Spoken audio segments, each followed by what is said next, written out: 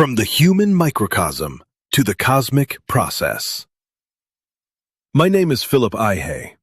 I've been thinking deeply about life, God, creation, evolution, and what it means to be human. In my last presentation, I explored the idea that the human being may be a microcosm of creation, a miniature expression of a much larger process. Today, I'd like to take that idea one step further. If we look at a human being, we see a process of emergence and development. Life begins from something incredibly small and hidden. It develops through different stages, becomes a child, and then continues growing after birth. Birth isn't the end of development. It is the beginning of another stage. We grow physically, mentally, emotionally, and spiritually. Our consciousness develops. We form relationships. We learn, create, love, and reproduce.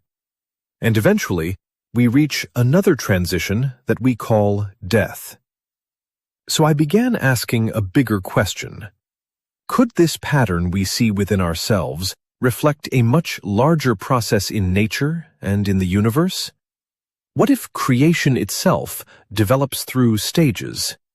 What if what we call the beginning of the universe is not the absolute beginning of everything, but one stage in a much greater and perhaps eternal process? Perhaps the universe emerges, develops, transforms, and gives rise to new forms of existence, just as life within us develops from one stage to another. And perhaps life itself is part of that unfolding process, not simply surviving and reproducing, but becoming increasingly complex, conscious, relational, and capable of love. If that is true, then humanity may not be the end of the story. We may be somewhere in the middle of a much larger journey.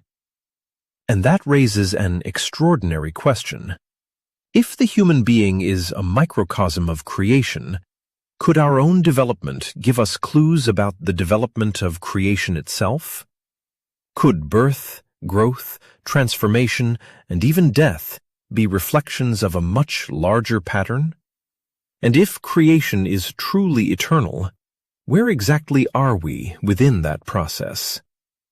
That's the question I want to explore in the next stage of this journey.